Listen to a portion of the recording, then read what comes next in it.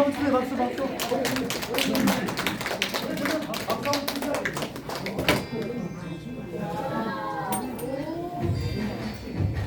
제가 이때까지 메이크를 하면서 배운 방법으로 한번 들려줘 볼게요.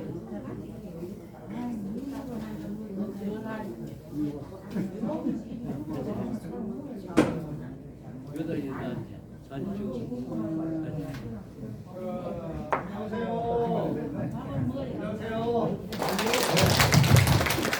반갑습니다. 매일 볼 때마다 반가워요. 여기 올 때 가슴이 두근두근 하지 않아요? 네? 두근두근해요. 사람을 이렇게 새로 만난다 하는 일주일 만에 안 만나잖아요. 그렇죠. 가슴이 뛰지 않나요? 나는 무슨 얘기 할까 막 계속 준비해가지고 가슴이 뛰어. 여러분들이 제가 준비한 그 강의 내용을 보고 좋아하실 것 같아서. 그래서 이제 매 때마다 이제 다르게 해야 되잖아요. 그죠? 그러니까 일주일 내내 이거 공부해야 돼요. 이거 공부해야 돼. 그래서, 참, 그러면서 기뻐요. 또 감사하고, 또 내가 이렇게 할 수 있다 하는 것이 너무 좋아요. 그래서 여기 올 때마다 새롭게 가슴이 통통통통 뜁니다. 가슴이 뛰어야 돼요. 가슴이 뛰어야지만이 살아있는 감정이 있는 거예요. 가슴이 안 뛰면 거의 산에 있는 거나 여기는 똑같아요. 산에 누워있거나 집에 누워있으나 똑같아요. 가슴이 뛰는 일은 작은 일에도 가슴이 뛸 수 있거든요.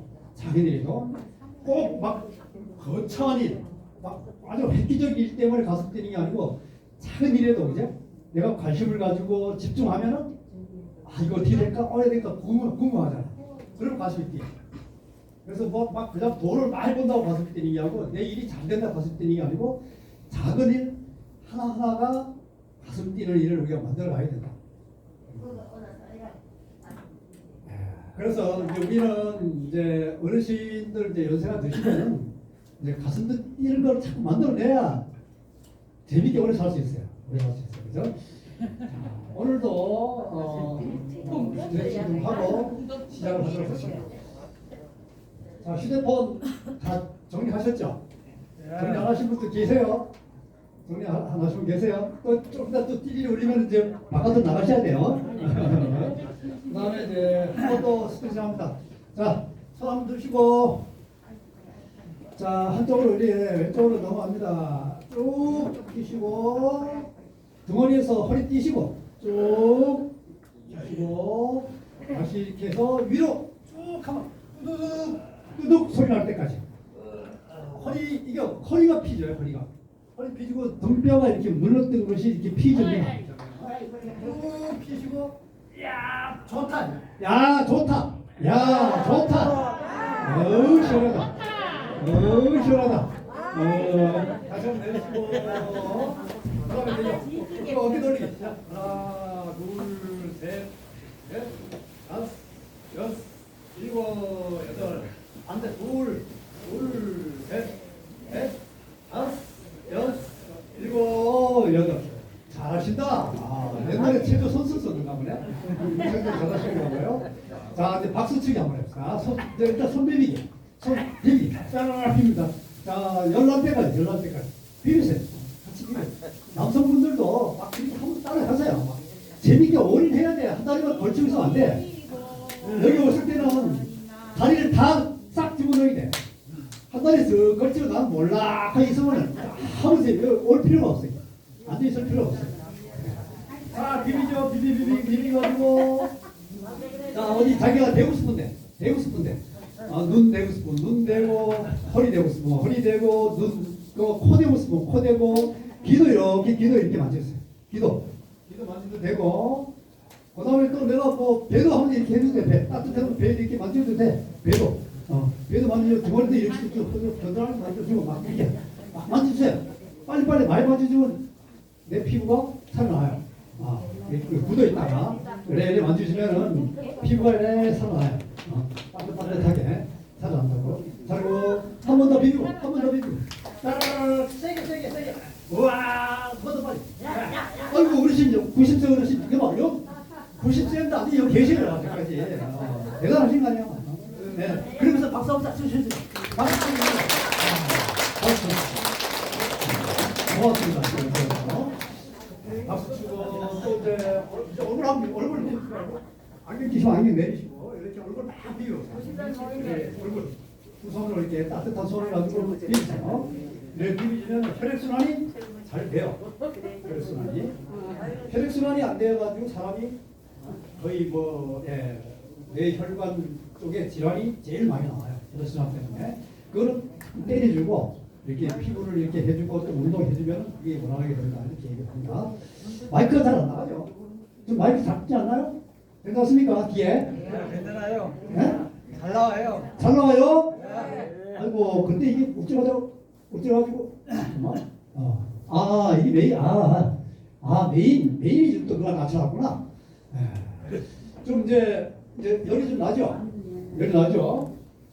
자 그러면 안 돼. 지금부터 이제 또 춤하면 춤합시다. 내 나이가 어때서? 내 나이가 어때서 다 아시죠? 내 나이가 어땠어요? 맞춰가지고 우리가 한번 또 멋있는 율동을 한번 해보겠습니다. 건강 박수 체조, 주먹 박수, 만성 두통, 주먹으로 이렇게 치는 박수예요. 이렇게 한번 보세요. 쳐보세요. 주먹 박수 시작. 쿵쿵쿵쿵쿵쿵쿵쿵. 요거는 만성 두통, 어깨 통증 예방에 좋다 이렇게 얘기를 합니다. 두 번째는 봉우리 박수. 여기 요거 봉우리. 여기는 생식기 쪽에 좋다고 해요. 남자들은 전립선 쪽에 좋다. 이거 자극을 하면 좋다 이렇게 얘기합니다. 전립선, 생식기 강화. 그 다음에 세 번째 손등 박수. 이렇게 하면은 요통, 척추 교정 효과에 참 좋다.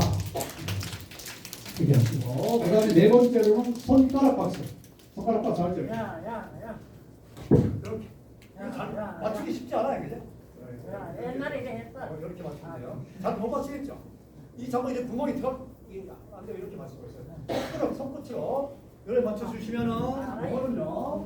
손끝 박수는 코감기 예방, 만성 비염에 좋다고 해요. 무슨 기혈, 모든 기혈이 다 여기 다 묻혀 있어요. 발끝하고 발하고 여기에. 그러니까 발 마사지하고 손 마사지가 모든 몸을 다 만져주는 것 똑같다고 이렇게 얘기해요. 그 다음에 세 번째로는 목보 박수, 주먹 박수. 이거 주먹을 때리는 박수거든요. 주먹을 이렇게 때리는데 여기도 혈액순환 폐 쪽에 좋다고 합니다. 폐 쪽에. 이렇게. 반대로 목보 박수. 그 다음에 손바닥 박수. 이게 기본적으로 하는 게 손바닥 박수. 손바닥 가운데가 찌릿찌릿 하죠. 아플 정도로 세게 시작.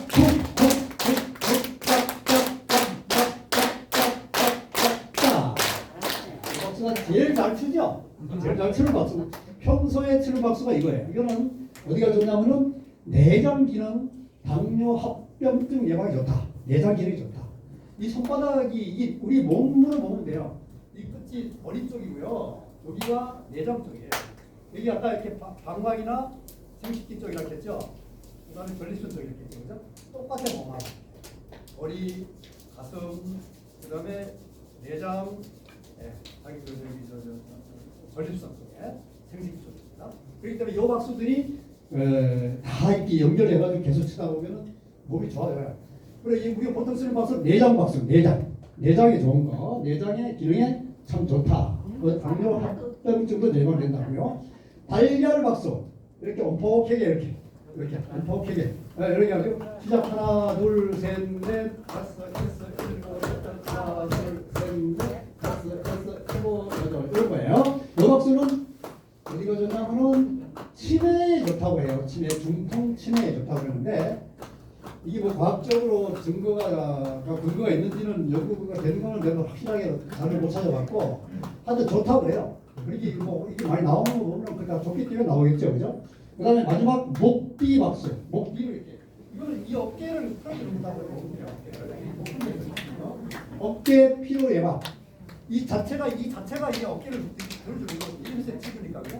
어깨 되게 좋다. 어깨 피로. 어깨가 묵직하고 어깨가 또 뻥뻥하고 할 때 이렇게 쳐주기 좋다고 얘기합니다. 이게 다른데요. 자 지금부터 이 율동에 맞춰가지고 한번 해보겠습니다. 율동에 맞춰가지고 보는데 이 내 나이가 어땠어요? 노래 따라가지고 할 때에 하나, 둘, 셋, 넷, 다섯, 여섯, 일곱, 여덟 여기거든요. 전부 다 쿵쿵쿵쿵쿵쿵쿵 요거 리듬을 알아야 돼요. 어떤 사람은 6번에 끝나고 어떤 사람은 5번에 안 되고 8번에 끝이 나야 돼요. 한 세트가. 그거만 맞추면 다 따라할 수 있어. 그걸 모르기 때문에 자꾸만 한 박자 뒤터져. 한 박자. 다른 사람 끝나면 나 이제 들어가.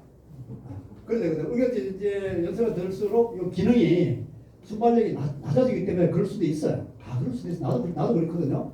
그렇기 때문에 그렇지만은 그 원리는 하나, 둘, 셋, 넷, 다섯, 여섯, 일곱, 여덟이다. 요거만 아시면 다 따라할 수 있어. 한번 해보시겠어요? 한번 해보. 하기 싫은 사람, 하기 싫은 사람. 일단 몸을 풀어야 강의하는 게 머리에 뒤에 들어가요. 강의가 금방 친구가 앉아가지고 막 다른 거 얘기해봤들 머리 안 그래도 머리 안 들어가는데, 그지? 안 그래도 머리 안 되는데 몸을 확 풀어야 된다는 얘기지. 자, 한번 해보겠습니다. 어르신들을 위한 건강체조 내 나이가 어때서에 맞춰 기억력 박수를 배워볼게요.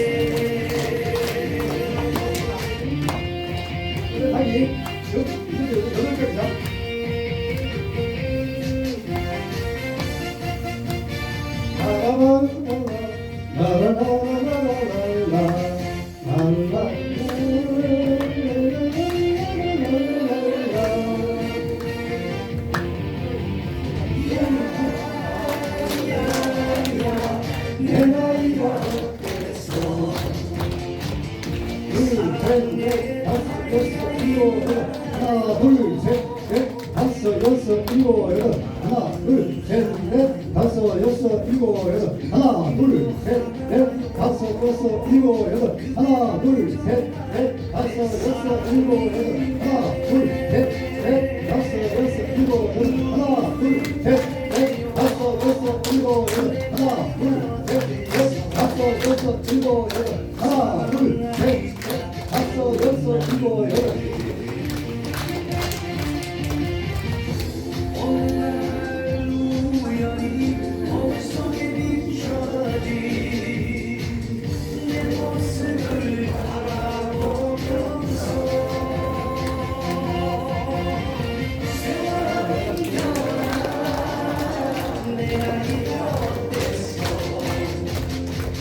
사랑하기 딱 좋은 나이인데 사랑하기 딱 좋은 나이인데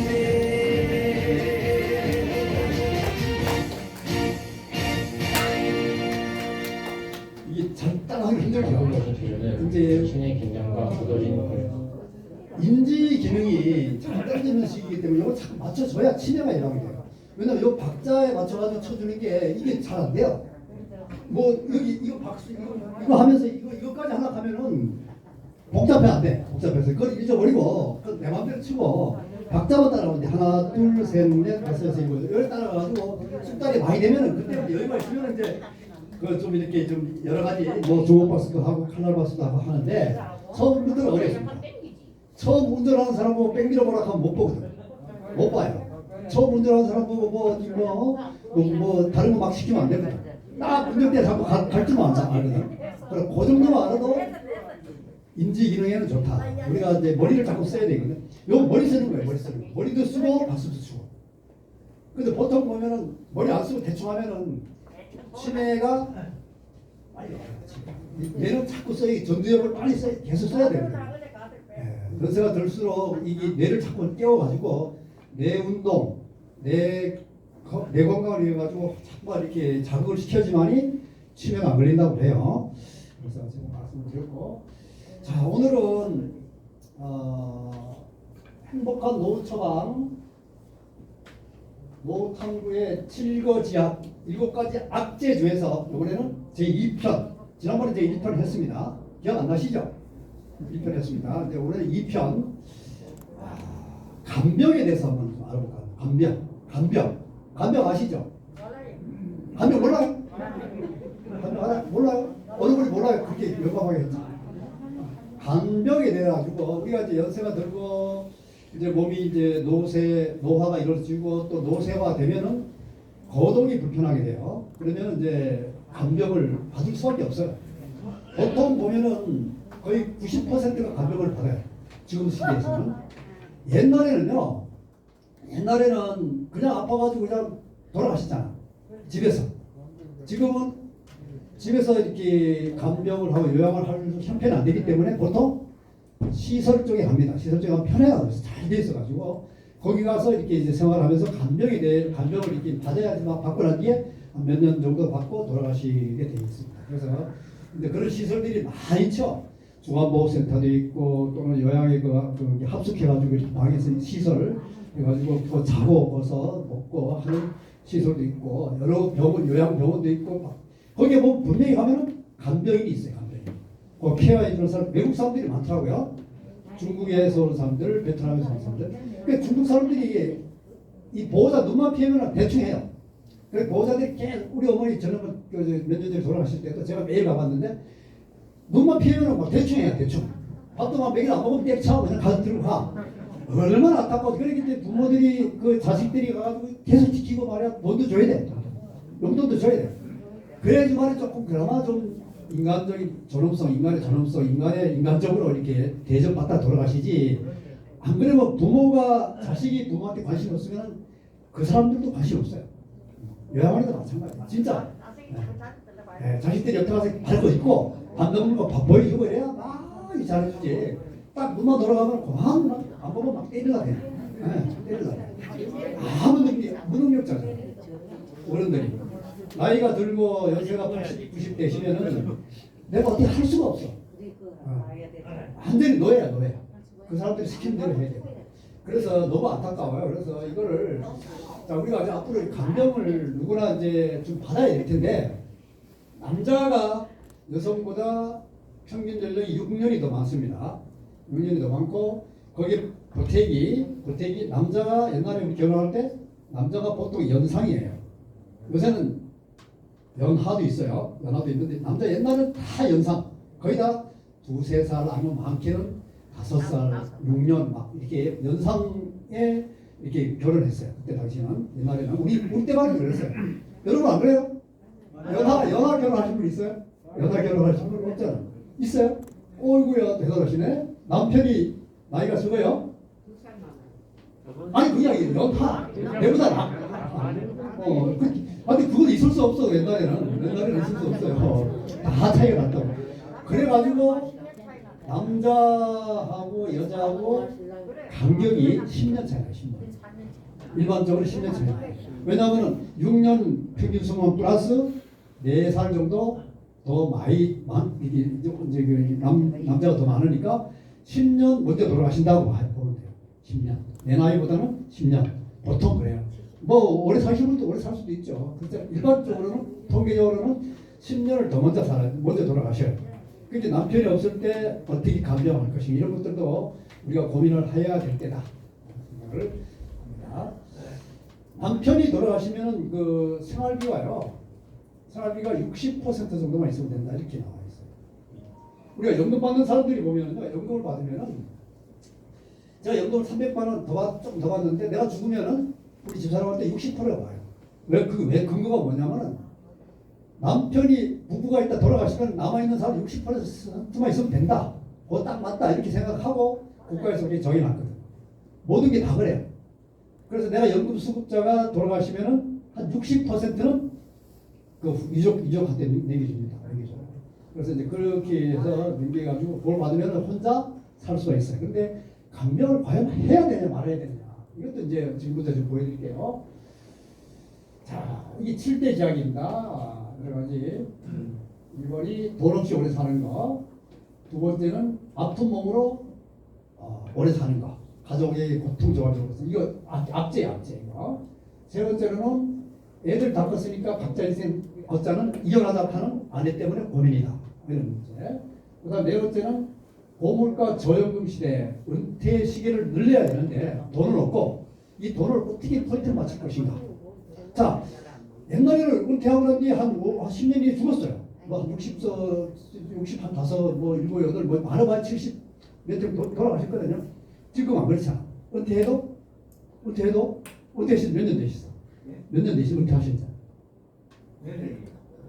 은퇴하신 지 얼마 됐냐고? 일 안 하신 지? 네. 어이구야, 늦게까지 일하셨다. 몇 살까지 일하셨어요? 80까지 하고. 아이고, 이거 예외. 이거 대상이 안 돼. 내가 얘기할 때 대상이 안 돼. 80까지 일하셨다 해요. 80까지. 대단하시죠? 보통 75세까지 일을 하면 짱이라 해요. 75세까지. 저는 75세까지 일할 거예요. 75세까지 더 할 수 있겠죠? 85세쯤 늘릴까? 그럴게요. 그래서 이런 게 있고요. 그 다음에 70대를 잘 보내야 70대가 이제 피크예요. 지금 노후의 피크. 60대는 그래도 아직까지 뭐 자식들 좀 돌봐야 되고 70대는 정말로 이제 자유로워요. 그때 피크인데 잘 보내야지만 나머지 80, 90을 잘 보낼 수 있다고. 이런 게 이제 70대를 어떻게 보내는가 이제 악재고요. 그 다음에 여섯 번째는 기초연금을 지금 받고 다 계시죠? 혹시 안 받으시는 분? 기초연금 30만 원 안 받으시는 분? 뭐 안 받으시는 분 있어요? 이제 뭐 연금이 나오면 안 못 받습니다. 국민연금도 많이 받으면 못 받아요. 기초수급 대상자라야만 받는데 기초수급 기준이 여기 소득 기준이 자꾸 낮아져요. 낮아지기 때문에 원래 신청을 안 했으면 내년 신청하셔야 돼요. 계속 부딪혀야 돼요. 왜냐하면 우리가 모르거든. 수급 기준을 자꾸 이제 하향 조정하거든요. 옛날에는 소득이 뭐 2천만 원까지 있으면 안 된다 했는데 그게 또 내려가요. 또 내려가. 그러면 이제 1,000만 원만 있어도 1,000만 원까지 이제 금액이 올라가죠. 내려가는 게 아니고 올라가요. 더 수익이 있어도 연금을 줄락해요. 그렇기 때문에 뭐 탈락됐어도 또 신청받고 자꾸 신청해라. 이제 그런 얘기가 나와요. 그다음에 기초연금 관계. 그다음 마지막 7악이 현금 흐름이 약한 노후 생활은 지옥이다. 자, 부동산은 많이 있어요. 부동산은 뭐 10억 부자예요. 근데 내 주머니 돈은 1,000원짜리 달랑 게 있어. 악재지, 악재. 그렇죠, 그죠? 그래서 제가 강의하러 가서 은퇴설계 강의할 때 이렇게 얘기해요. 만일에 지금 60이 넘어가지고 부동산이 70%, 뭐 70, 80% 있는 거를 다 낮춰가지고 내가 쓸 수 있는 돈 충분히 쓸 수 있는 거, 내가 쓸 수 있는 돈 한 달에 200을 전부 다 현금화 시킬 수 있는 유동화. 팔아. 안 그러면 주택을 담보로 해가지고 영모기지해서 돈을 받아라. 왜 내가 재산을 불려놓고 가만히 있다 또 꼼짝도 못하다가 나이 들어가서 돈 쓰지도 못해. 지금 쓸 수 있지. 이걸 다닐 때 쓸 수 있지. 딱 들어가는 수만 못 씁니다. 그렇기 때문에 안 되면은 자식들이 안 주고 부동산이 안 팔리면은 내가 가지고 있는 아파트 담보로 해가지고 주택연금을 받는다. 이렇게 얘기해요. 무조건 내가 뭐 자식한테 물론 그럴 필요 없습니다. 내가 내 주머니에 한 달에 100만 원이나 뭐 얼마 해도 탁탁 들어와서 그 돈 가지고 손자들 용돈도 주고 또 어디 내가 어디 가서 맛있는 것도 먹고 또 친구들 밥도 사주고 여 옆에 커피도 한잔 사주고 이럴 정도로 돼야지만이 노후가 행복하다. 자, 은퇴 시기는 길어졌는데 은퇴 자금도 없어요. 어떻게 할 것인가? 이 문제. 요거는 지금 마지막 거기 때문에 제가 이제 계속 쭉 앞으로 이제 우리가 이제 그 하나 패키지로 해가지고 계속 이제 얘기를 할 텐데요. 여러분들 제가 은퇴설계 강사예요 원래. 원래 전문 강사예요. 지금도 또 다음 주 월요일 날도 이제 임실까지 가야 돼요. 전화부터. 지난달에는 또 부산 교육연수원에 은퇴 설계 쪽으로 내가 강의를 3시간 하고 왔어요. 계속 그렇게 이제 하거든요. 그게 제가 여기 와서 강의하는 게 안성맞춤이죠. 노후 생활에 대해서 얘기하는 거예요. 노후 생활에. 내가 이제 공부를 많이 했기 때문에 노후 생활에 대해서 내가 빠삭해요. 이거 안 보고 강의할 수 있잖아요. 그죠? 초보자는 안 보고 강의 못 해요. 한 가지 영어 한 가지 나가기 때문에 안 돼요. 그렇기 때문에 제가 은퇴 쪽으로는 연구를 좀 많이 했고 계속 강의를 하기 때문에 이런 얘기를 그냥 즉흥적으로 얘기하는 거예요. 그냥 보고 얘기하는, 그냥 내가 생각해 얘기하는 거, 이게 하다 보니까 얘기하는 거죠. 그래서 은퇴 후에 자금이 경색되면 몸이 경색된다. 혈관이 경색된다. 돈이 없으면요 피도 잘 안 돌아. 그 혈관이 돈이 경색되면은 내가 힘들죠, 그죠? 또 혈관이 경색되면은 치매부터 오잖아요. 뇌졸중 오잖아요. 뭐가 막히면 안 돼요. 싹 돌아가야 되는데 뭐가 벌써 안 돼요. 그런 것 때문에 건강하고 직결이 되기 때문에 우리는 늘 얘기합니다. 내가 노후에 그동안에 평생을 뼈빠지게 벌어가지고 자식 교육시키고 다 출가시켰는데 부동산에 묶여 있어가지고 돈 10원 없어. 주머니 돈이 없어. 얼마나 불행합니까? 얼마나 불행하고 내가 그동안에 노력했는 게 결국은 나한테 돈이 없으면은 손자들도 잘 알아봐. 아주 희한해 알아봐. 할머니한테 돈이 있는지 없는지 알아봐요. 돈이 있어가지고 갈 때마다 용돈에 푹푹 주면은 따라와요. 돈이 요물이라 요물. 사실은 요물이에요. 그래서 주머니에 돈이 있고 아끼지 말고 손자한테는 줘야 그만 또 내려가서 할머니 할아버지 가고 안기고 그러지. 돈 안 주고 올 때 그냥 가다 켜봐라. 다시는 안 와게. 할머니 집에 안 간다. 안 간다 켜. 그러다 보면 내 주머니에 돈이 있어야 된다. 은퇴 시기에는 30년 늘어났는데 은퇴 자금은 10년밖에 없어. 그게 어떻게 될까? 그래서 그거를 우리는 지금이라도 안 넣습니다. 지금도 안 넣고 지금부터라도 자금화, 현금화 유도화 시켜가지고 내 주머니에 돈이 통장에 한 3천만 원쯤 이렇게 넣어놓고 있다가 빼줄 수 있도록 3천만 원 정도 있으면 이거 내가 너무 크게 잡았나? 또 혹시 없이 괜히 또 자괴감 느낄 것이 겁나는데 뭐 300만원 듣고 얼마든지 내가 쓸 수 있는 돈만 있으면 됩니다. 그냥 내 처지에 맞도록 쓸 수 있는 돈만 있으면은 그게 살아가는 행복이다. 간병지옥. 자, 무서워서 보험을 드는데 간병보험 정말 답일까요? 이 주제입니다. 오늘 강의할 내용 주제가. 자, 간병보험이 얼마큼 들어가는지 아세요? 혹시? 내 주머니에 돈이 있으면 간병보험 들어갈 일이 없어요. 들어갈 일이 없다. 내 주머니에 돈이 없는데 억지로 했는데 지금 우리 나이 또래에 한 달에 30만 40만 간병보험 들어갈 수 있나요? 힘들어요. 이런 거를 이제 어떤 게 정답일까? 어떻게 하는 게 좋을까? 간병보험 정말 어떻게 하는 게 정답일까? 이거를 한번 살펴볼게요. 여러 자료를 통해서 살펴볼게요. 자, 칠자하는 건 70이라는 얘기예요. 칠자가 들어가면 사회적 약자라고 얘기합니다. 60대까지 사회적 약자 아니에요. 70대가 딱 가는 순간 국가에서 사회적 약자로 이제 취급합니다. 원래는 노인 기준에서는 65세로 지금 정해져 있죠. 65세 되면 여기 밥값 얼마 받죠? 여기 밑에 1,500원. 60세 밑으로 65세 밑으로는 2,800원인가 700원이 받죠. 그렇지만은 실질적으로 약자가 되려면은 한 70주 내야 된다. 그래서 이제 사회적 약자 기준을 이렇게 70으로 이렇게 만들어 놨습니다. 자, 일본 같은 경우에도요, 신체 건강하다가 건강한 상태에서 돌아가신 분이 100명 중에서 10명밖에 안 된다. 10명 중에서 1명 정도 되고 전부 다 건강하지 못하게 병원에서 요양받다가 늙게 꽂고 이렇게 돌아가신다고 얘기하는데 우리나라도 마찬가지예요. 자, 그런데 여기 보면 생애 의료비가 2억 6,700만 원. 우리가 평생 동안 의료비가 이게 일반적인 거예요. 평균적인 거예요. 그런데 그게 70대 이후에 들어가는 돈이 절반이다. 절반. 1억 한 5만 더 한다는 얘기죠. 근데 내가 통장에 돈이 있으면 한 1억 정도 있으면 보험 들어갈 일이 없다는 얘기예요. 결국 그 얘기입니다. 간병보험을 여기 뒤에 나오겠지만 얼마씩 들어가야 25만 원, 35만 원 들어가는데 그거 들어가지 말고 내가 현금화 시키면 돼요.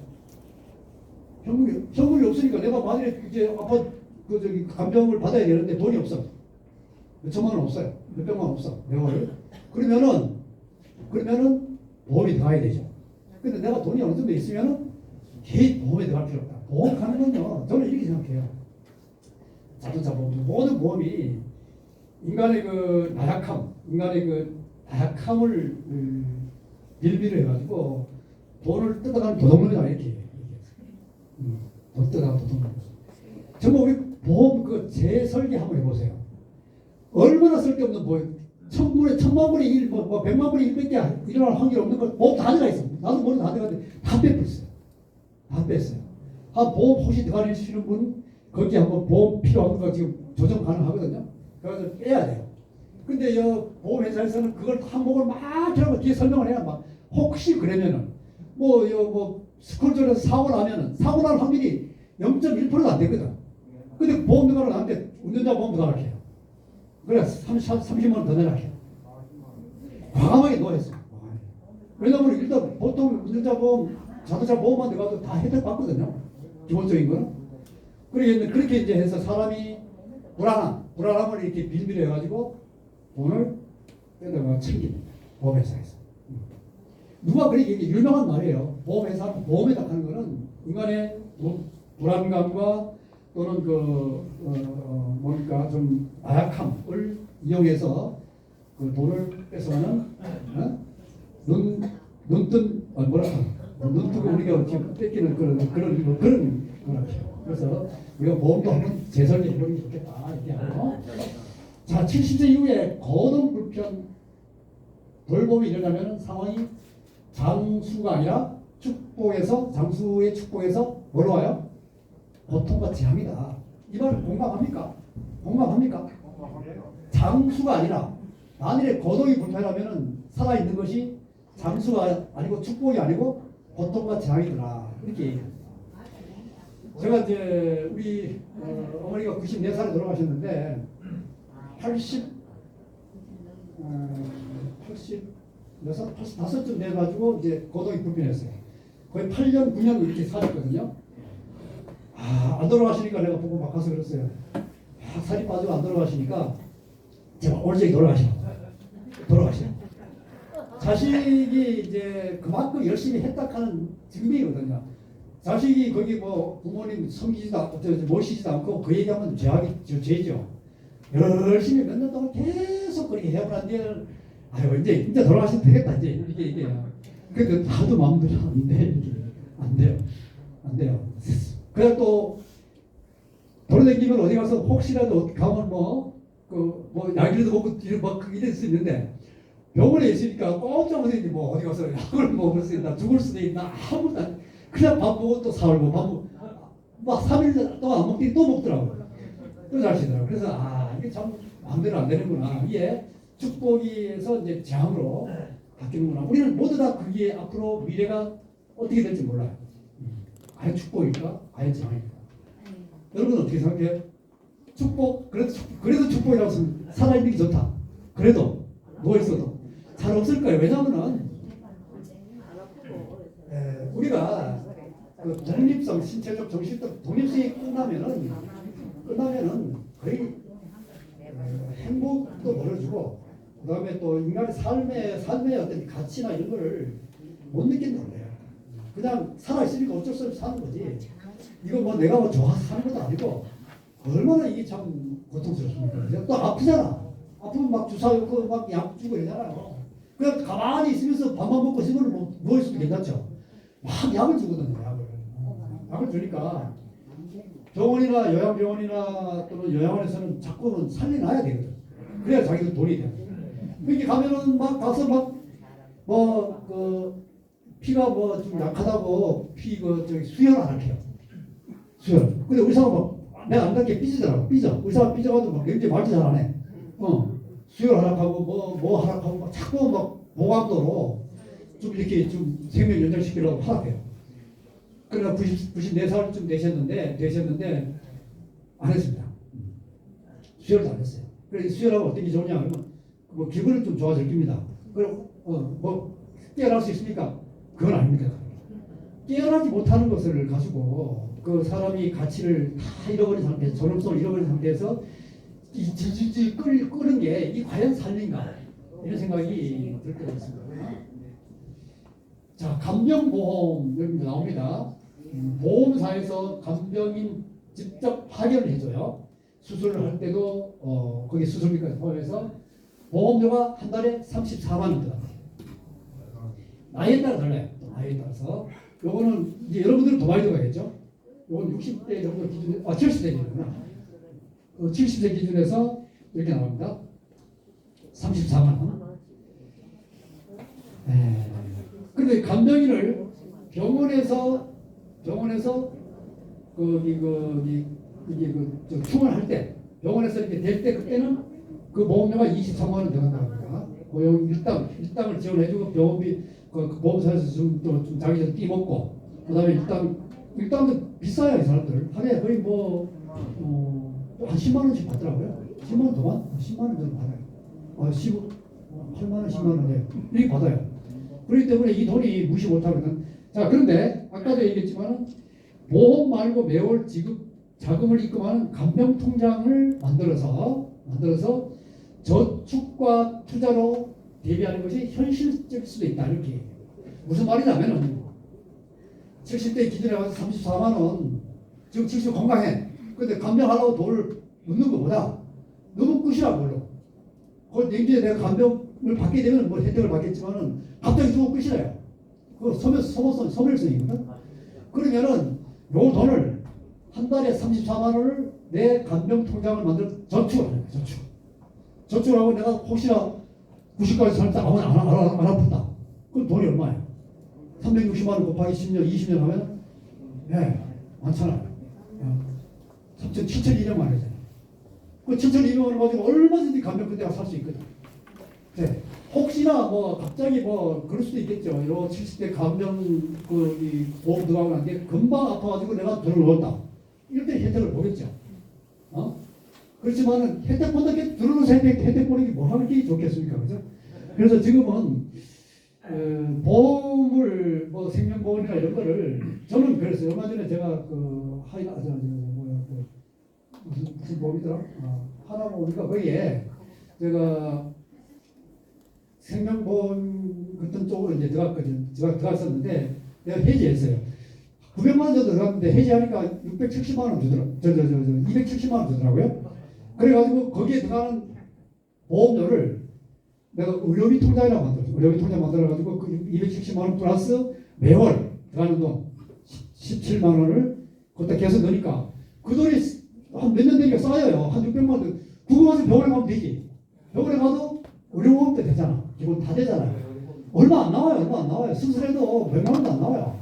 그걸 가지고 우리는 불안해가지고 막 집어넣었다 막 집어. 혹시나 어디 가서 권리가 넘어가고 혹시나 이거 이게 얼마나 손해인지 몰라요. 개인적으로 다 손해. 그래서 저도 이제 보험을 깼어요. 깨가지고 의료보험 의료 통장 의료 통장을 만들어가지고 거기다 계속 쌓아놓고 있다가 필요한 의료비 들어가는 건 벌써 뺐어요. 그래서 별도로. 그 돈이 이제 많이 쌓였으니까 괜찮더라고요. 이런 거는 제가 제안을 하는 게 아니고 이렇게 딱 하는 것만 말씀드리는 거예요. 그래서 여러분들도 검토해 보시고 아니 건강한데 보험 막 들어가는 이런 거 환급액이 얼마만 찾아보시고 그래가지고 이렇게 해서 그 돈을 쭉 계속 적립시켜가지고 내가 직접 내가 가고 싶은 병원에 가가지고 진료받고 건강보험 혜택 받으면은 별로 안 나온다. 자, 그런 얘기가 나왔고요. 요양원에 가지 않으면 어떻게 하면 좋겠느냐 이거 나올게요. 첫째, 요양원이 나쁜 건 아니에요. 왜냐하면 정말 그 힘들고 할 때는 자식들이 다 부부가 이제 맞벌이 하잖아요, 그죠? 집에서 안 돼요. 그렇기 때문에 요양원이 필요해요. 필요하지만은 우리가 가급적이면은 어떻게 하는 게 이제 좋겠느냐. 지금 여기 보면은 거동이 불편하든지 치매가 있으면은 어쩔 수 없이 가야 된다. 어쩔 수 없이 가야 된다. 자, 거동 불편하면 일단 이제 못 걷는다든지 이런 거거든요. 그다음 치매는 뭐 다 아시죠, 그죠? 이거 두 가지예요. 한 가지는 처음에는 도움 없이 살 수 있는 기능성 독립성이 있어야지만이 요양원에 안 간다. 안 간다. 첫째, 신체적 독립성. 신체적. 치매는 안 걸리는데 몸이 아파가지고 누워있어. 고관절이 부러졌어. 경추가 다쳤어. 다리가 부러졌어. 아파. 눕게 되잖아. 그러면 요양원에 가지 않을 수가 없어요. 그래서 그때 그런 원인들은 좀 뇌졸중이나 고관절, 그 다음에 이제 뇌혈관 같은 거 이런 걸로 해서 갑자기 누워 있는 거 이런 경우입니다. 이런 경우인데 또 쇠약해가지고 노쇠 현상이 일어나가지고 못 걷는 경우가 있습니다. 이런 경우에는 요양원에 가야 되겠죠. 이런 문제가 이제 있습니다. 그래서 많이 걸어놨겠죠, 제가. 건강의 1요소가 1번이 1번 뭐죠? 일시백천만에서 한번 뭐라 했어요? 좋은 일 했겠죠. 좋은 일. 착한 일 하고 건강할 때는 건강하려면은 그 다음에 10번을 우선했겠죠. 또 100번은 써놨겠죠. 오늘 필기도 가져오시고 내가 지난번에 분명히 얘기했어요. 꼭 가져오시라고. 숙제 들어가 있거든요. 그거 숙제 꼭 가져오시죠. 네. 막 그냥 안 되면은 딱바닥에서 여기다 쓰시라고. 글씨 자꾸 모양 만들어 보시라고. 그 다음에 이제 천자를 좀 읽어라. 만 번을 걸어놨지만 여러분들은 3,800번 걸어도 건강하다. 이게 묘세를 해가지고 다리 못 걸 정도로 금방 쇠약해지지 않는다는 것이죠. 그 다음 두 번째는 정신적 독립성입니다. 치매, 우울증, 기억력 감퇴 이렇게 해가지고 금방 해도 또 말하고 금방 먹었는데 또 바꿔놓고 이런 거 이게 이제 문제가 되는 것이죠. 근데 이거는 이제 이거 잔소리 하는 거 이것도 마찬가지예요. 잔소리 막 하는 것도 치매에 일하는 거예요. 치매에 일하는 거. 잔소리 막 하는 것도 그 다음에 이제 이게 이제 수면 부족, 운동 부족 때문에 이게 온다고 해요. 수면 부족, 운동 부족. 그래서 통계적으로 봤을 때 요양원에 입원하면은 거의 다 회복이 돼서 나오지 못해요. 요양원 하시면 회복돼서 나오지 못하고 거기서 다 99%가 거기서 돌아가시든지 또 큰 병원에 옮기든지 이렇게 된다고 합니다. 그래서 우리는 이걸 좀 잘 보셔야 돼요. 자, 함께 쓰기 과제. 자, 빨리 필기도구 내세요. 자, 지금부터 쓰셔요. 이거 100자거든요. 100자인데 좀 보시겠습니다. 저 한번 같이 읽어보겠습니다. 저희 같이 읽어보세요. 위에 안 보여? 뒤에서 안 보이고 한번 앞에 보시면 크게 읽어봐요. 앞에서 읽어보세요. 읽어보세요.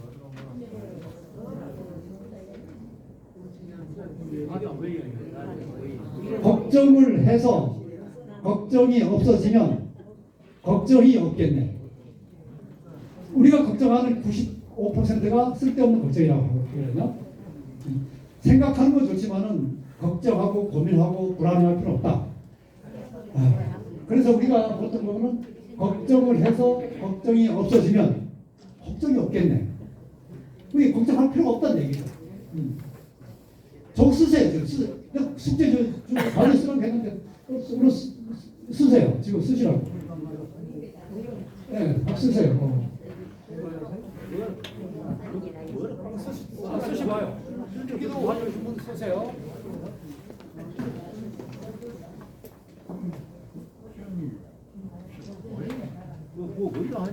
안 보여? 아까 이게 이제 시설 바꾸려고 했으니까 크게 바꾸려고 했어요.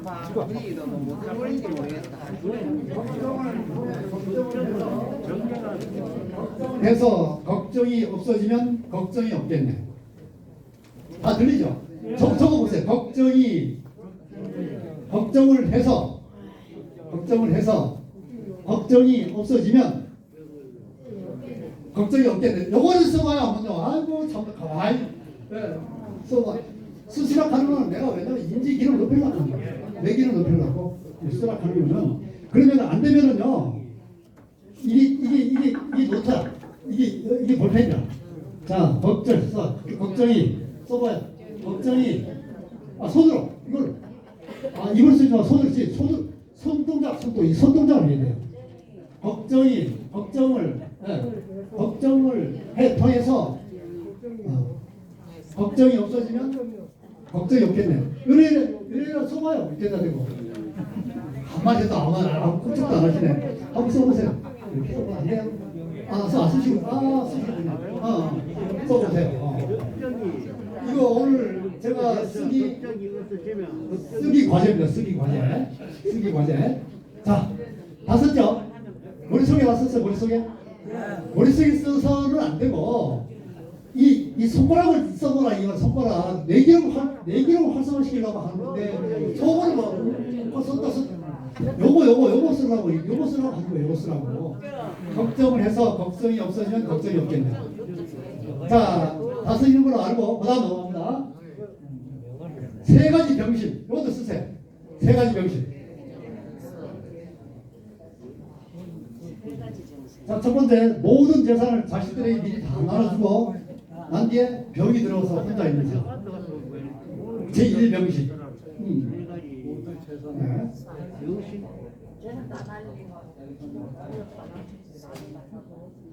돈을 배우자 남편이나 부인에게 다 주고 다 쓰는 사람. 바보. 그다음에 재산이 아까워서 쓰지 못하고 아끼다가 갑자기 죽는 사람. 이거 얼마나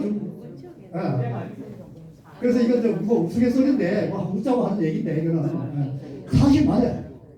진짜 내가 웃자고 하는 얘기지만은 사실 아닌가요? 동의합니까? 사실? 맞아요. 이게 맞아요. 이런 게 우리 주변에 비일비재해요. 자, 요걸 다 쓰면은 요거 한 개 더 있는데 요거 다 쓰면은 100자입니다. 100자 정도 되고. 일본어 안 쓰니까. 네? 자식에게 모든 재산을 주고 나면 자식이 허료 같은 건 얘기했는데 그냥 지금 요 가만히 불효. 근데 요새 자식들이 돈 받을 때는 이미 벌었다가 한 얼마 가면은 또 이렇게 그냥 원 상태인데 고마울 줄 몰라요. 보통. 자, 그 다음에 다 쓰셨죠? 다 마지막 세 가지 바보. 자식에게 또는 손주에게 상속을 미리 하는 사람. 요것도 바보 축에 들어간다고 합니다. 그 다음에 두 번째로는 자식 돌봐주려고 큰 집 정말 돈 다 끌어가지고 큰 집 사는 거. 큰 집 사가지고 자기 둘이 사면 26평만 있으면 되는데 24평만 있으면 되는데 39평 해가지고 뭐 있는 돈 다 끌어가지고 그것도 차가 있는 사람. 그거는 내가 집을 줄여가지고 내가 돈 가지고 있어라 했잖아. 돈 한 3억 가지고 숨어 있어봐요. 그 아파트 들어가는 돈 빼가지고 가지고 있어봐요. 얼마나 기분 좋습니까? 부모는 한번 막 쓰도 되잖아요. 그죠?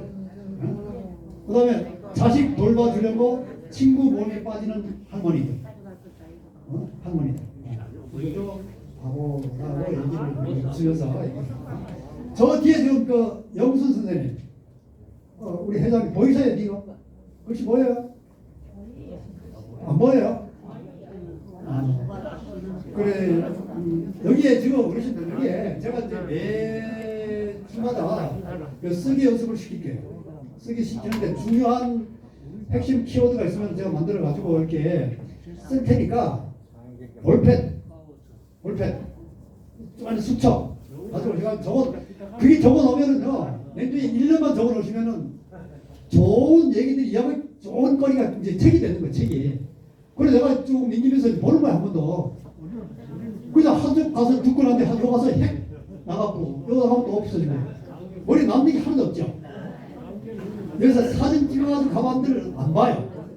노트에다 쭉 노트도 여기 선첩보다 좀 큼지막한 거 A4 돼 있는 게 막 싸요. 한뭐 말가만 한 500원 좀 사요.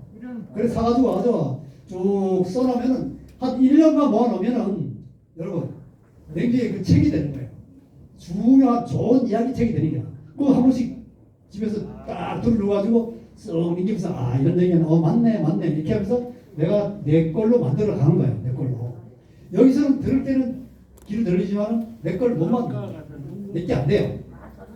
근데 내가 들어가서 실천하고 또 보고 자꾸 봐야지만이 내게 되고 내가 실행을 할 수 있지. 안 그러면 못 하거든요. 그렇기 때문에 꼭 PD를 하라. 이런 문화를 좀 만들어 가겠습니다. 여러분들 동의 좀 같이 협조해 주시겠죠? 이런 문화를 만들어 갈게요. 그렇기 때문에 꼭 하시고 안 보이시는 분들 제가 여기서 불러줄게요. 적을 수 있도록 천천히 불러드릴게. 예를 들어서 밑에 세 가지 과거 자식에게 상속을 미리 하는 사람 이렇게 다 쓸 수 있죠. 그 정도는. 그 다음에 자식 돌봐주려고 큰 집 장만하는 바보 이렇게. 그 다음에 손주 돌봐주려고 친구들 모임에 빠지는 바보 이렇게 해가지고 하면은 물론 뭐 해도 되겠죠. 그러나 너무 거기에 올인을 하지 마라 이런 뜻이죠.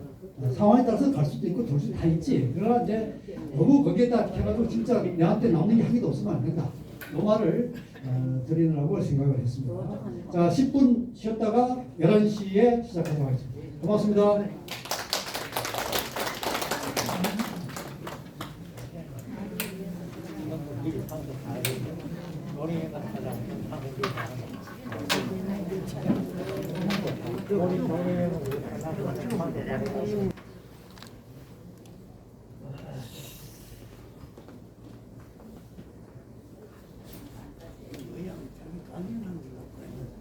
특히 그 추운 겨울에요. 낙상 확률이 거의 봄 가을보다는 거의 뭐 한 50% 이상 높아요. 낙상하는 게. 이 낙상하면 이 사회 문제가 되는 거예요. 낙상에 와서 못 걷기 때문에 자녀가 부양을 못합니다. 조심하셔야 되죠. 지금부터 조심하셔야 돼요. 여러분들 지금 만일에 어르신들 나이 80대 90대 되신 분들이 넘어져 누워 있다. 얼마나 가겠습니까? 또 내 삶이 다 성두리째 그러죠. 성두리째 못 걷게 되면 그게 또 회복이 안 돼요. 낙상으로 인한 사망하는 노인이 83만 명. 낙상 사고가 우리나라 교통사고는 제일 많고 교통사고보다는 이제 두 번째인데 83만 명입니다. 우리가 한 해 자살 인구가 몇 명이다 아닙니까? 자살 인구 하루에 40명이거든요. 40명. 코로나로 지금 죽는 인원이 지금 어제 발표하는 거 보니까 43명이라고 해요. 자살도 하루에 40명 정도 됩니다. 1년에 한 13,000명에서 14,000명. 자, 거기에 비해 가지고 노인들 낙상이 83만 명이야. 얼마나 많습니까? 왜냐하면 이건 우리가 고령화 사회로 가면서 지금 초고령 사회가 눈앞에 두고 있습니다. 2026년 되면 초고령 사회야. 2018년부터 우리가 고령 사회거든요. 인구 14%가 노인입니다. 2026년도 되면은요, 우리가 20%가 넘어가요. 초고령 사회 때문에. 이제는 낙상률이 자꾸 높아져요. 왜냐하면 지금 이제 출산율 저하로 해가지고 지금 거기 부부가 결혼해가지고 0.8년밖에 안 나요. 1년도 안 됩니다. 인구가 줄죠. 외국에서 수입하지 않으면 우리나라는 인구 절벽이 오게 됩니다. 그리고 외국에 지금 이민 정책이라는 게 우리가 지금 써가지고 외국인들이 우리나라에 들어와서 잘 살 수 있도록 정착할 수 있도록 지원을 많이 해야 돼요. 우리가 애를 안 놓으니까. 그 사람들 일 시켜가지고 돈 벌어야 세금 받아야 될 거 아니에요? 국가 운영되려고 하면 인구가 있어야 돼요. 안 그러면 나라 망합니다. 그래서 앞으로 우리는 계속해서 외국의 이민 정책, 외국이 여기 들어오는 근로자들을 갖다 많이 환영해야 돼요. 그렇지 않으면 우리나라는 이제는 근로 인력이 없어져요. 근로 인력. 여러분도 지금 근로 못해요. 안 돼요. 젊은 사람들이 없습니다. 이런 문제들이 우리 눈앞에 좀 심각하게 다가오고 있고요. 암이나 이런 거, 혈압, 당뇨병을 아무리 잘 관리한다 해도 한 번 넘어지면은 한 번 넘어져서 입원하면은 곧 돌아가신다. 곧 돌아가셨어요. 불과 몇 달 안에 사망한다. 어떻게 보면 만성질환보다 더 무섭고 또는 낙상은 특히 동절기에 집중적으로 아까 얘기했죠. 거의 50% 이상 발생이 된다는 얘기죠. 제일 무서워요, 낙상이. 그런 얘기 안 들었습니까? 안 들어봤어요? 그런 얘기 들어보셨죠? 낙상 조심하려고 어떻게 해야 돼? 아침에 벌떡 일어나지 마시고 특히 화장실 낙상이 많아요. 연세가 드시면은 화장실에 가서 미끄러져요. 응? 침대에서 내려올 때 삐끗해가지고 쿵 해요. 우리 같이 이제 근력이 있는 사람들은 넘어져도 그냥 탄력이 있기 때문에 살짝 반응이 있어요. 근데 아이가 들고 이제 거동이 약간 이렇게 좀 이제 어설퍼지면은 그냥 그대로 몸무게 딱 받아요. 아이가 딱 받아요. 전두환 대통령이 돌아가실 때 낙상하셨어요. 화장실에 돌아가시거든요. 근데 그렇게 빨리 안 돌아가신 건데 화장실 넘어가셔가지고 그냥 탁 뇌졸중으로 돌아가셨어요. 뇌출혈로 돌아가셨어요. 그래서 돌아가요. 그래서 여기 낙상 이거는 아무리 강조해도 우리가 그 지나치지 않을 사람들이라 이렇게 얘기합니다. 대학 교수가 이게 썼는 건데요. 자, 여기서 보면은 화장실에서 바닥에 물기가 남아 미끄러울 때 떨어진 물건을 무리하게 집으려고 할 때 미끄러져서 넘어가는 사례가 많다. 이렇게 앞에서 얘기했지만은 낙상으로 이번 시 일주일에 근육 감소용량이 근감소증이 바로 걸립니다. 지금 여러분들이 그나마 걷기 때문에 근육이 이렇게 좀 단단하게 있어요. 그런데 낙상해가지고 넘어지면은 일주일에 10%. 일주일에 10%부터는요, 근육량이 10% 떨어지면요, 한 3주 되면 못 걸어요. 그래서 억지로 걷는데 한 3주 되면 아예 못 걷습니다. 넘어지면 끝장이다. 이걸 항상 염두에 두시는 게 참 좋다는 얘기고요. 그 다음에 무릎이 아파서 못 걷는 경우, 허리가 아파서 못 걷는 경우, 보완정, 엉덩이 깨져서 못 걷는 경우 많습니다. 엉덩이 깨져서 못 걷는 경우. 그 다음에 이제 어깨, 발목, 머리 이런 순으로 낙상으로 인해서 걷지 못하는 사유들입니다. 낙상을 하더라도 팔, 손목은 낙상이 괜찮아. 팔 짚어가지고 이거는 괜찮아요. 걸을 수 있으니까. 근데 이 짝에 아까 저 발목, 무릎, 고관절, 허리, 그다음에 머리 이런 데 깨지면은 못 걷는다는 거죠. 그래서 얘기하고 그다음에 팔, 손목 등 삼지 부분에 부러진 경우에는 생명에는 아무리 문제가 되지 않지만 하지 쪽이 부러지면 상황은 100% 달라집니다. 3년 살 거를 3개월밖에 못 삽니다. 넘어져가 있어요. 건강한 사람이 넘어지면 더 빨리 죽어요. 아예 숙달이 돼가지고 한 5년쯤 누워있는 사람은 금방 안 죽습니다. 5년쯤 누워있는 사람들은 숙달이 돼가지고 안 죽어요. 안 돌아가셔요. 익숙해졌기 때문에. 근데 건강한 사람이 탁 넘어지면 지겹고 막 비관해요. 정신적 충격 때문에 내가 건강했는데 아이고 쓰러져 이게 아니다 하고 하다가 고민하고 지푸에 죽어가지고 죽어요. 이런 문제들이 있다는 것이죠. 자, 그래서 하지 쪽이 다르지만 사망을 이기는 아니냐는 결승인 것은 여기에 달려있다. 강남세브란스 병원에서는 다리가 부러졌을 뿐인데 2달 만에 돌아가실 정도로 상태가 악화된다는 사실은 대부분 이해하지 못한다. 그거예요. 정신적 충격으로 인해가지고 사람들이 큰 병이 걸리면요, 저는 일상합니다. 간이 걸리면은 정신과 치료부터 받아야 돼요. 나는 괜찮아. 나는 이렇게 치료할 수 있어. 근데 사람들이 자포자기 내지는 거의 거기에 거기에 대해서 내가 왜 암이 걸려 뭐랄까 자기 나 자책하고 이렇게 하는 거예요. 그렇게 하면서 술 가버려요. 그래서 건강했던 사람이 의사도 우리 얘기하잖아요. 다리가 부러졌을 뿐인데 2달 만에 돌아가실 정도로 상태가 악화된다는 사실을 아무도 모르더라. 심리적 작용이, 정신적 작용이 거기에 적용이 됐기 때문에 죽는 거예요. 자, 그리고 노인은 젊은이와 달리 하루만 누워있어도 근육 손실이 엄청나다. 근육 손실이 왜 생명을 위협할까요? 왜 위협할까요? 거동이 안 되니까. 뒤에서 보겠습니다. 근육 감소입니다. 근육 감소는요, 60세가 되면요, 매년 2%씩 감소돼요. 운동을 꾸준히 해가 유지하려고 막 노력하는 사람들은 유지가 돼요. 근데 보통 대충 유지할 정도보다 약간의 그 낮은 강도의 운동을 하면은 빠지게 돼 있어요. 빠지게 돼 있어요. 그렇기 때문에 1년에 2% 빠져요. 그렇죠. 옛날에 종아리 허벅지 굵었죠. 지금 많이 빠졌죠. 그렇죠. 그죠? 네. 그거는 어쩔 수 없다고 생각할 게 아니고 훈련을 통해서 계속 걷고 노력을 해가지고 가급적 유지시켜야 잠수하는 데 지장이 없습니다. 고관절과 허벅지, 장단지가 건강해야 오래 삽니다. 건강하게 오래 삽니다. 오래 사는 게 중요한 게 아니고요. 건강하게 오래 산다는 얘기죠. 그래서 여러분들 제가 이거를 왜 강조를 하냐면은 이제 다 그런 나이예요. 조심해야 되고 전부 이걸 알아야 될 나이거든요. 이거 알아도 뭐 난 모르겠다 대충 하고 살다 죽은 거 그거 이거 배울 필요 없죠. 제가 교양시사라고 하는 이 문학 강좌가요 포괄적인 대단히. 그래서 나는 여러분들한테 이제 맞춤형을 하려고 노력을 하고 있습니다. 맞춤형. 어떻게 하면 맞춤형을 해가지고 여러분들이 귀에 쏙쏙 들어오게 할 것인가를 항상 생각하고 고민을 하는 이제 자리가 잡혔어요. 이제 공부를 하면 돼요. 재미있으니까 나도.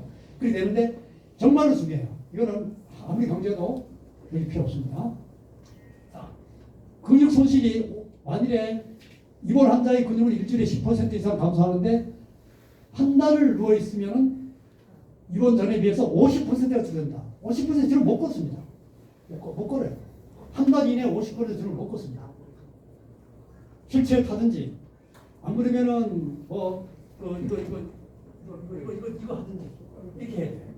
그렇기 때문에 절대 낙상 안 되고 그다음에 운동 일시백천만 기법 꼭 활용하십시오. 오랫동안 건강하게 사시려면 이 좋은 세상에 일찍 돌아가실 일 없잖아요. 네? 그렇잖아요. 그죠?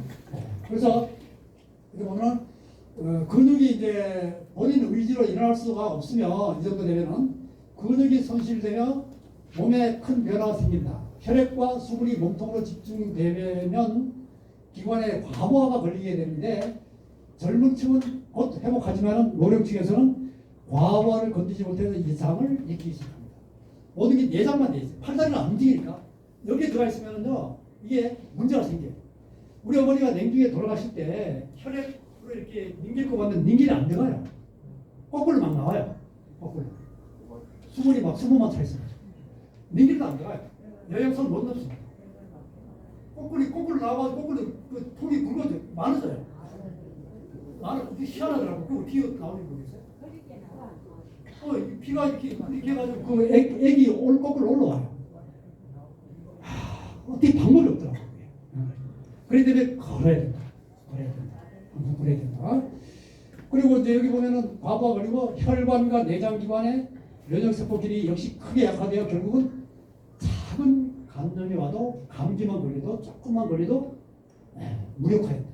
몸이 무력화돼가지고 돌아가십니다. 요 고비를 잘 이겨가지고 잘 이겨가지고 한 2년만 버티면은 또 한 10년 가요. 그래 누워가지고 5년 10년 갑니다. 왜 적응을 잘 하신 분이 있거든. 아이고 되는 대로 해라. 난 10년. 근데 돌아가신 분들이 건강하니까 넘어가신 분들이 빨리 돌아가시는 게 왜냐하면 아까 정신적 충격 때문에, 걱정 때문에, 자책감 때문에, 자존감 낮기 때문에 그래 돌아가시는 거예요. 포기하기 때문에. 이제 숙달돼가지고 한 2년쯤 누워 있으면 그때부터 이제 다 적응이 돼가지고 오랫동안 갑니다. 3년씩 가고 4년씩 가고. 그래서 그것도 문제예요. 그것도 문제. 빨리 줬으면 좋겠는데. 이것도 문제예요.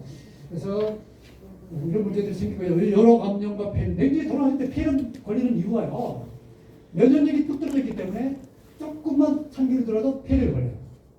그에 김대중 대통령도 폐렴으로 돌아가시죠. 결국은. 모든 기능이 약해졌기 때문에 이제는 그런데 이제 감염이 바로 돼요. 그래서 이게 붓는서 다리가 아파서 돌아가시는 게 아니고 다른 장기에 전염이 돼가지고 그게 장기가 면역력이 없으니까 그대로 이제 폐렴, 심부장, 오줌 잘 안 나오고 오줌 속에 오줌포 달아야 되고 그래서 돌아가시게 되는 거예요. 그래서 결국 폐혈증으로 병원에 얘기해준다는 말씀을 드리고 그러니까 하지만 시간이 사실 우리 마칠까요? 다음 시간에 이어서 하도록 하겠습니다. 네, 고맙습니다.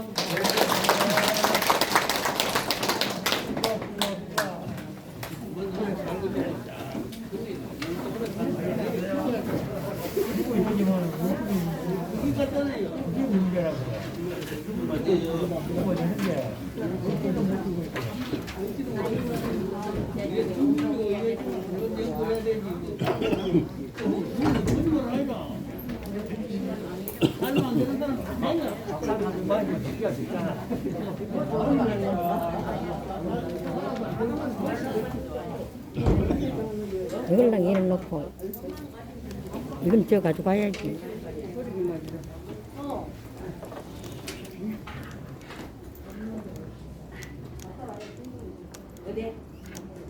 수고했습니다. 오, 됐습니다. 예, 예. 아이고, 뭐, 박수 준다고